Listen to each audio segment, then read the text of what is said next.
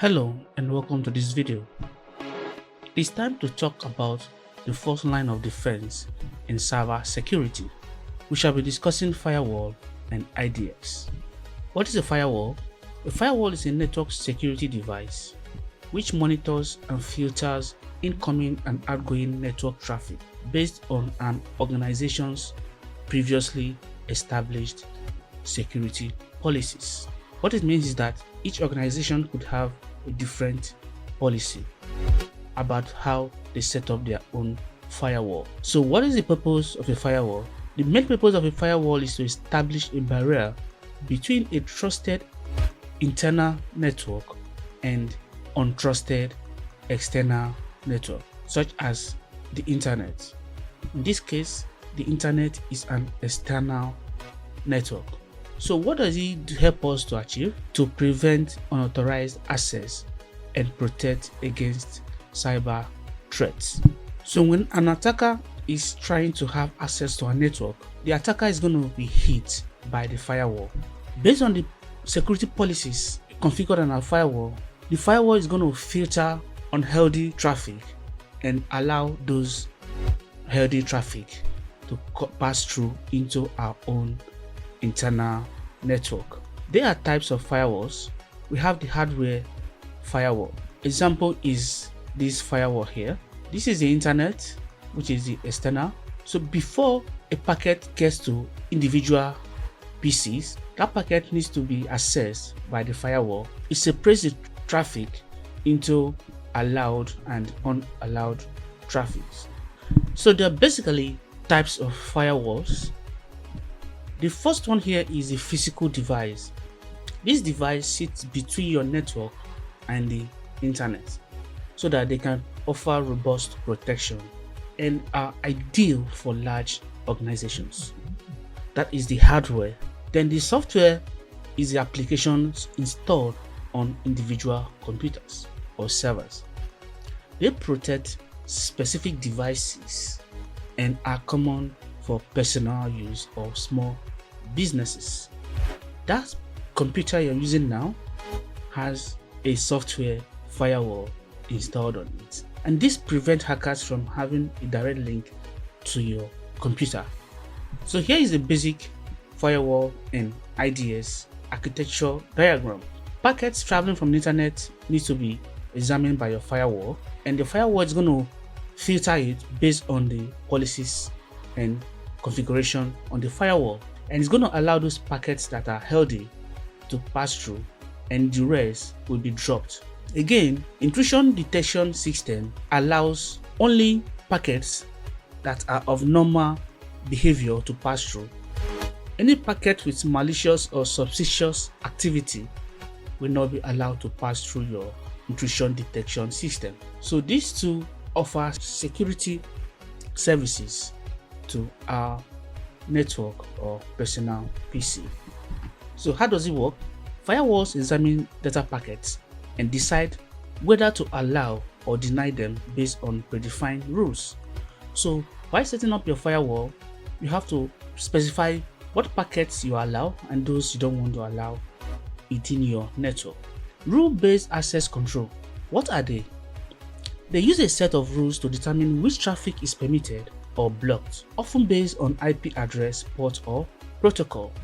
Alright, remember why we are scanning ports? This is a good example to show you that some of our scan results came out open or closed. Some of those closed ports are those packets blocked by our firewalls. For example, when we are carrying out our port scanning, we see some ports are open, some are closed, some are unfiltered. So some of these closed ports as a result of the firewall dropping or preventing access to that host. Now, talking about ports, firewalls control access to specific ports, which are communication endpoints used by applications and services. So what are the advantages and limitations of firewalls? The advantages is that firewalls prevent unauthorized access, like we have seen. It also protects against malware and viruses, and also enforces security policies. But it has its own limitations, which is A firewall cannot protect against all threats, e.g., internal attacks. For example, in an establishment whereby a worker receives a flash drive from a hacker to plug into the USB port of any internal host or PC within an organization, firewall will not be able to protect that. Again is that firewalls requires proper configuration and maintenance. If you don't configure and maintain it properly, it's not going to function the way it's expected to. And lastly, it can impact network performance if not optimized. So what it means is that while trying to protect your network, you can also prevent other things from happening. So real-time application. Where can we use firewall? Anywhere security is needed, firewall is also needed. That's why we have firewalls on individual PC. So in a school network, firewall is needed because it can prevent students from accessing inappropriate websites. It can block malicious software from entering into the network and ensure that only authorized personnel can access sensitive student data. So it acts as a gatekeeper, allowing only safe and relevant traffic to pass through. Firewalls are essential for network security, acting as the first line of defense. They come in hardware and software forms, each with specific use cases. Again, firewalls work by filtering packets, enforcing rules, and managing port access. They have limitations and require ongoing management. Proper firewall implementation is crucial for protecting data and maintaining network integrity. Now, since we've seen the use of firewall and IDS to protect our network, in the coming videos, we're going to see how we're going to use Nmap to bypass the security on a network, such as using Nmap to bypass firewall and also using Nmap to bypass IDS, which is Intrusion Detection System, which is the mechanism that detects intrusion into our network.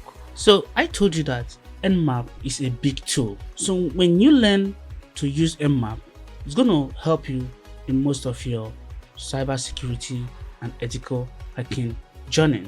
So IDS on the other side is Intrusion Detection System. It is usually a software application and it monitors a network for malicious activities. Some of the Nmap scan we did previously can be caught using this IDS. If you remember, while scanning our Metasploit table, we got some results such as filtered. What this means is that the port is neither open nor closed. So it means that the firewall dropped our packets while trying to scan Metasploit table. What it means is that we are sending packets to the target, but the firewall of that target keeps dropping our packets. But we shall see what Nmap option we use to bypass the firewall of such target or host.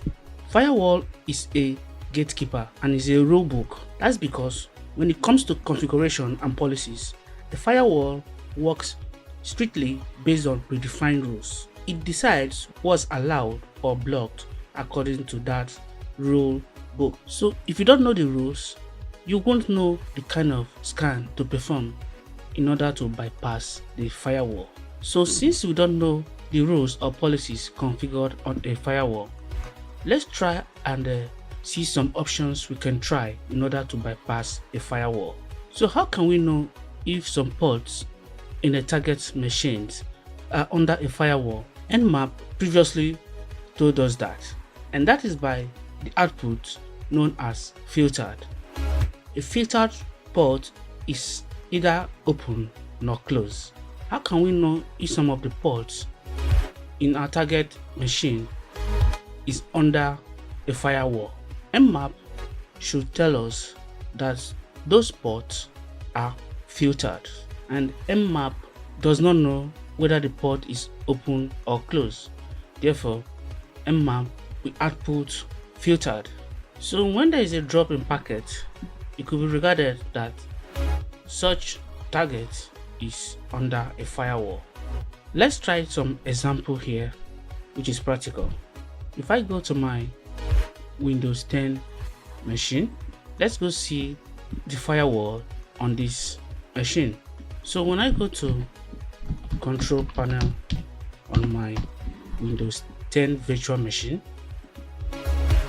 I'll go to system and security and Windows Defender Firewall.